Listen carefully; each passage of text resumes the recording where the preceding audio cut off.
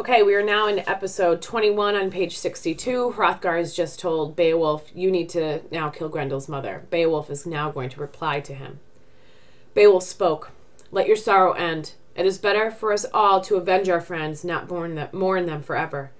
Each of us will come to the end of this life on earth. He who can earn it should fight for the glory of his name. Fame after death is the noblest of goals." I want to stop there because that is really the essence of the identity of the warriors during this time. Those lines from line 1385 to line 1389. To avenge our friends, not mourn them forever. Each of us will come to the end of this life on earth. He who can earn it should fight for the glory of his name. Fame after death is the noblest of goals. That is what they're talking about in regard to identity and in regard to courage and bravery. So that should be one of the most important aspects when you're talking about those two themes. So make sure you have that documented and you can explain how that connects to each of those themes. "Arise, guardian of this kingdom. Let us go as quickly as we can and have a look at this lady monster. I promise you this. She'll find no shelter, no hole in the ground, no towering tree, no deep bottom of a lake where her sins can hide. Be patient for one more day of misery. I ask for no longer." The old king leaped to his feet, gave thanks to God for such words. Then Hrothgar's horse was brought, saddled and bridled. The Danes' wise ruler rode, stately and splendid. Shield-bearing soldiers marched at his side. The monster's tracks led them through the forest. They followed her heavy feet that had swept straight across the shadowy wasteland. Her burden, the lifeless body of the best of Hrothgar's men. The trail took them up towering, rocky hills and over narrow, winding paths they had never seen, down steep and slippery cliffs where creatures from deep in the earth hid in their holes. Hrothgar rode in front with a few of his most knowing men to find their way. Then suddenly, where clumps of trees bent across cold gray stones, they came to a dismal wood. Below them was the lake, its water bloody and bubbling. And the Danes shivered miserable, mighty men tormented by grief, seeing there on that cliff above the water Escher's bloody head. They looked down at the lake, felt how its heat rose up, watched the waves blood-stained swirling.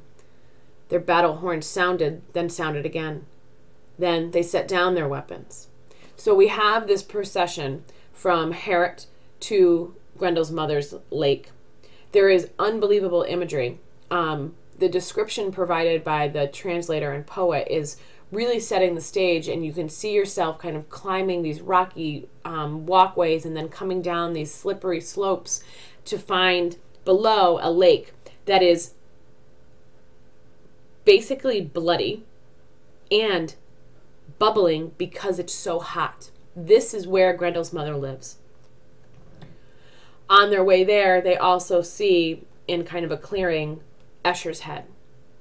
Now, what's important about this is that because Escher's entire body has not been found, he will not be able to be given a proper burial.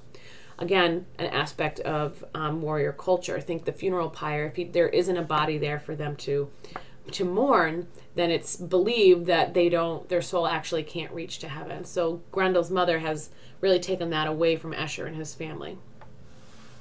They could see the water crawling with snakes, fantastic serpents swimming in the boiling lake, and sea beasts lying on the rocks, the kind that infest the ocean in the early dawn, often ending some ship's journey with their wild jaws. They rushed angrily out of sight when the battle horns blew. Beowulf aimed an arrow at one of the beasts swimming sluggishly away, and the point pierced its hide, stabbed to its heart. Its lifeless death swept it off. Quickly, before the dying monster could escape, they hooked its thrashing body with their curved boar spears, fought it to land, drew it up on the bluff, then stood and stared at the incredible wave roamer, covered with strange scales and horrible. So, not only is this lake boiling with blood, but it's also surrounded by all kinds of evil sea monsters and evil descendants of Cain. Beowulf is going to have to go get Grendel's mother, meaning he's going to have to dive into a boiling, bloody lake and deal with all of these monsters. But the people are in awe as they pull this one beast aside at how horrific and how unsurreal it almost seems, as they've never seen anything like this. Then Beowulf began to fasten on his armor, not afraid for his life, but knowing the woven mail with its hammered links could save that life when he lowered himself into the lake. keep slimy monster's claws from snatching at his heart, preserve him for the battle he was sent to fight. Hrothgar's helmet would defend him. That ancient shining treasure encircled with hard-rolled metal, set there by some smith's long dead hand, would block all battle swords, stop all blades from cutting at him when he'd swum toward the bottom, gone down in the surging water, deep toward the swirling sands. So, thinking back to the battle between Beowulf and Grendel, Beowulf in this battle is actually putting armor on. He is preparing himself as he knows that his mail shirt and his armor is going to have to help him. He is not as confident. He's still confident in himself, but he's not really as confident in this battle because he is really unsure of what will be presented to him. But he knows that he has to protect himself from all these monsters in order just to get down to try and fight Grendel's mother. And Unferth helped him. Hrothgar's courtier lent him a famous weapon, a fine, hilted old sword named Hrunting. It had an iron blade, etched and shining and hardened in blood. No one who'd worn it into battle, swung it in dangerous places, daring and brave, had ever been deserted. Nor was Beowulf's journey the first time it was taken to an enemy's camp, or asked to support some hero's courage and win him glory. So now we see quite a shift in Unferth. Unferth actually helps Beowulf prepare for battle, and then gives him his sword. His sword's name is Hrunting. This sword has proved its worthiness in previous battles.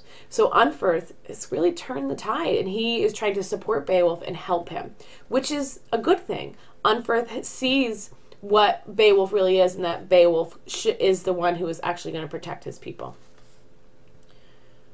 Unferth had tried to forget his greeting to Beowulf, his drunken speech of welcome. A mighty warrior, he lent his weapon to a better one. Only Beowulf would risk his life in that lake. Unferth was afraid, gave up that chance to work wonders, win glory and a hero's fame. But Beowulf and fear were no strangers. He stood ready to dive into battle. So we see quite a juxtaposition between Unferth and Beowulf, especially if you kind of highlight them in the theme of courage and bravery. Unferth is afraid.